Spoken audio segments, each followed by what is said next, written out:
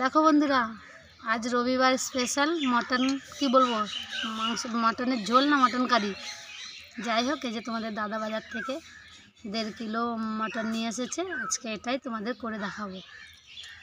দেখো বন্ধুরা, আমি মাংসটাকে ভালো করে পরিষ্কার করে ধুয়ে নিয়ে এসেছি। এদিকে গ্যাস জ্বালিয়ে দিয়েছে। আর আজকের মাংসটা কিন্তু আমি হাঁড়িতে করেই করব। শুনেছি যে কোনো মাংস, হাঁস বলো, খাসি বলো, মুরগি বলো, যাই মাংস হাঁড়ির কড়াইয়ের থেকে হাঁড়িতে রান্না করলে নাকি টেস্ট একটু আলাদা হয়। তো হাঁড়িটা এবার গরম হয়ে গেলে আমি ওর মধ্যে তেল দিয়ে দেবো। হাঁড়িটা গরম হয়ে গেছে, এবার দিয়ে দেবো তেল।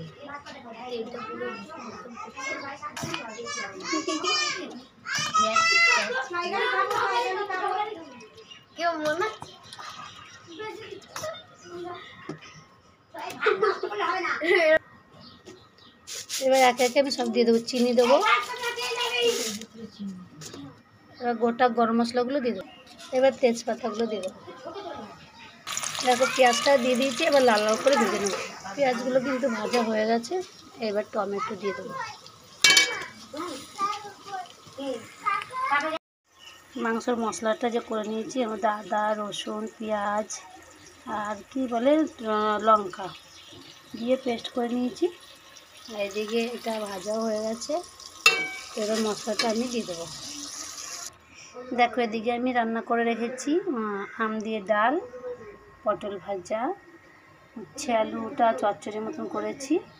এদিকে এগুলো হয়ে গেছে, ভাতটাও হয়ে গেছে, মাংসের আলু ভাজা হয়ে গেছে। মাংসের মশলাটা হচ্ছে, এবার মশলাটা হয়ে গেলে তারপরে মাংসটা দিয়ে দেবো।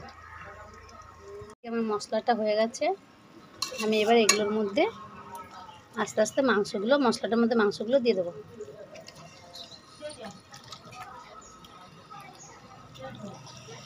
সব মশলাগুলো, এই মাংসগুলো একে একে দিয়ে দেবো। মাংসটাকে আমি আস্তে আস্তে ঢাকা দিয়ে দিয়ে কষিয়ে নেবো, ঠিক আছে। আমার কিন্তু মটন রেডি। এবার এটার মধ্যে একটু গরম মশলা দিয়ে নামিয়ে দেবো। এবার এটাকে নামিয়ে দেবো।